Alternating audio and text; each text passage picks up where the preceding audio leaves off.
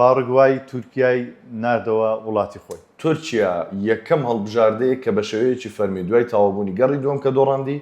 ماڵ ئاوای کرد. یاریەکەی بەرامبەر ئوسترالیا و یاری دووەمشی بەرامبەر پاڕگوای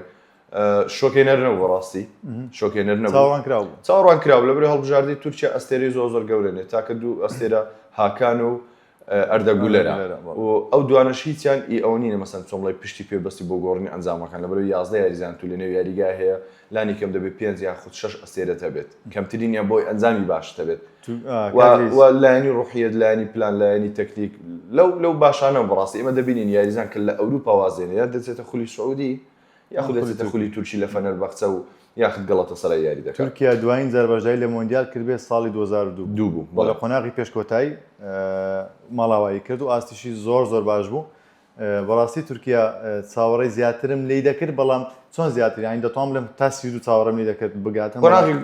کۆمەڵەکان تێپەڕێنێتم بەس ئەوەی بینیم بەڕاستی شۆکێنەر و چکە پاڕگوای کارتی سووریشی وەگرت بکات بەڵام یاریەکی جوانی پێشکەش نەکرد. نا تورکیا باش نەبوو. تورکیا ئەسڵەن یەک کێشە هەیە سەیری برنەوە 5 یاری کۆتایی تورکیا بکە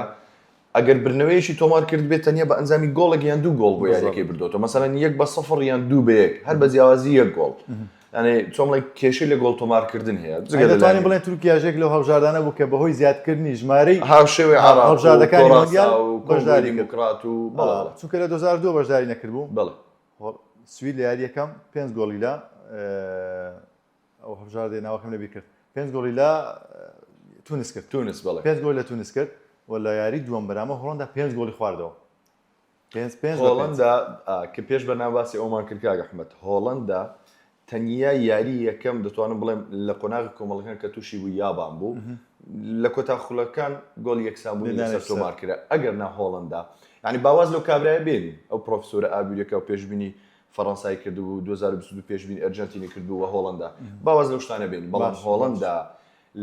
لە گۆڵپارێزەوە دەست پێ بکە تاوەکو کۆتای یاریزانی کە سەرڕمە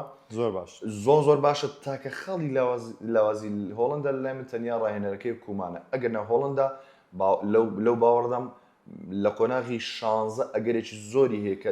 تیپی زۆر یان هەڵبژاردی زۆر بەهێزی وەکو ئینگلتەرا فەڕەنسا نەکەوێتە بەردەمی لەوانەیە لە قۆناغی 8 ببینی بەڕاستی هۆڵەندا زۆر باشە تەنیا یاریەکەم بەرامبەر یابان بوو.